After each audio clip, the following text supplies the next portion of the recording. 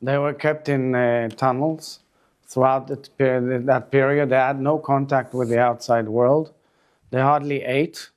They became totally emaciated. And they have suffered a huge amount of bruises, pains, and wounds.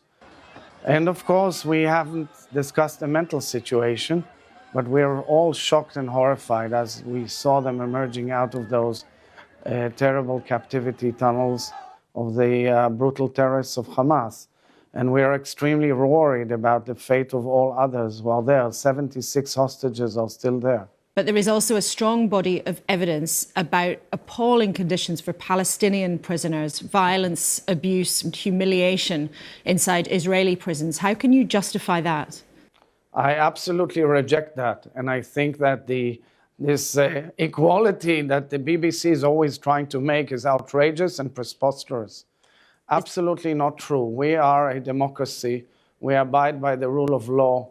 All prisoners in Israel get whatever is necessary as prisoners under the law, under the supervision of the court.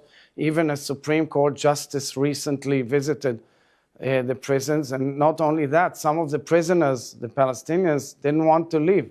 They didn't want to go back to Gaza. They preferred staying in the Israeli prisons. So, of course, there's always this notion by BBC, which is really outrageous in my mind. And I call upon all of you to stop that attitude and understand that this attack on October 7th was an attack on the entire free world, and what we are doing when we are catching terrorists who carried out these atrocities, we are simply preventing them from taking on further attacks